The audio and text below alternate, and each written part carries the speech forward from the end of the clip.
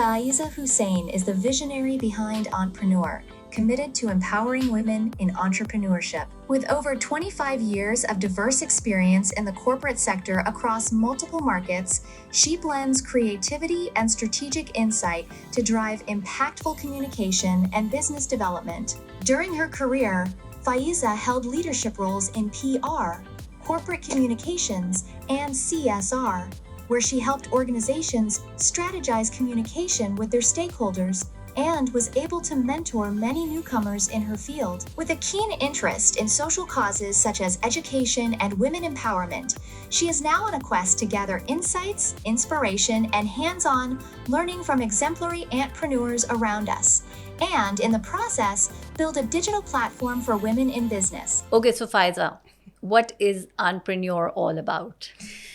Well, it's my dream. It's become sort of a mission now. It's an idea basically that I've lived with for a while and I started working on.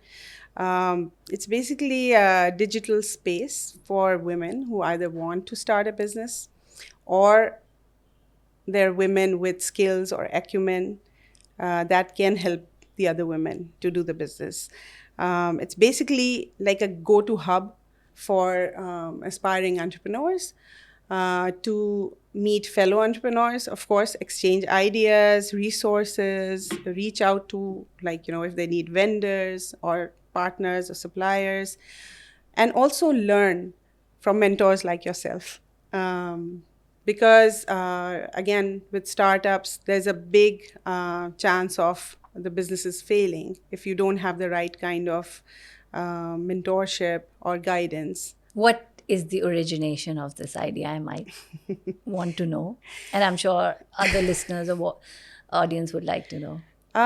Well, basically, psychology is my favorite subject. And I observe people. And I love listening to the backstories of, how they come up with the ideas and what they're doing in life.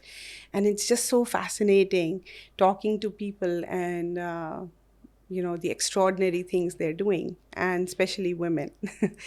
And so I started talking to people. I started recording, which I'm not so good at. I hope I get better with time.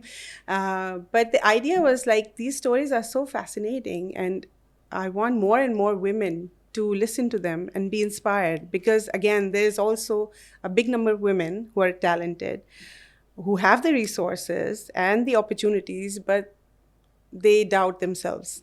They don't go ahead and take that one risk to start something, and they don't believe then they can actually, execute something like it. But when they listen to stories of women doing it 50 years ago with limited resources or living in a remote village and doing it so successfully, they might get that nudge and go ahead and do it. Would you say what are the areas that you would cover within Auntpreneur? So if somebody wants to, begin a business, so what all can they expect when they visit Auntpreneur? Yeah, first of all, the ideas. A lot of women, when you start talking to them, they don't realize until then, oh, really, I can do that too. When you hear somebody she's making sandwiches from her kitchen and just applying it, and it's like a few hours of working. Oh, I can do that too. So basically, first of all, the ideas of different things that are doable for them. Secondly, once they do decide to go ahead and, have a startup, then the question comes, oh, where to start from? Will I be able to do it? Oh, I can make really amazing sandwiches, but where to get the packaging from, or, how to do my branding, and where do those stickers come from that go on the packaging? So these kind of little resources, and like you said, the financial planning and how much money will I need if I need to start this, and, where do I buy the material from? So these kind of resources, I think everybody should commit to this goal. And even companies, when they're doing their vendor listing, vendor registrations, they should make it a goal to have at least, if not 50%, then a big number of percentage female vendors. suppliers. And, you can give them catering, you can give them, you can get web developers to do your websites.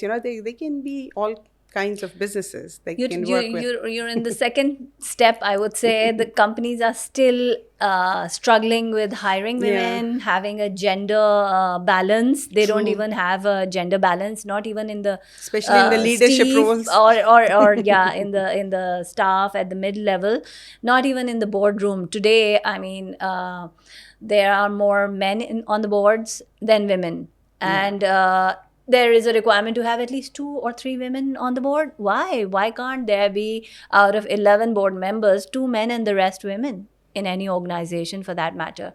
So we're kind of struggling with that at this point. We're struggling for equal pay. There are glass escalators and glass ceilings for us. So yeah, and it's not a country phenomenon. Yeah, it's global. A global phenomenon. Do you think it's true that men feel intimidated by women who know their numbers well? It's not just numbers well. When women are again, I wouldn't generalize. Not all men feel intimidated. It's a type of men out there. Yes, it makes them a bit shaky. That, okay, this is a woman who knows what she wants in life, who has a clear vision. Yes, it does sometimes.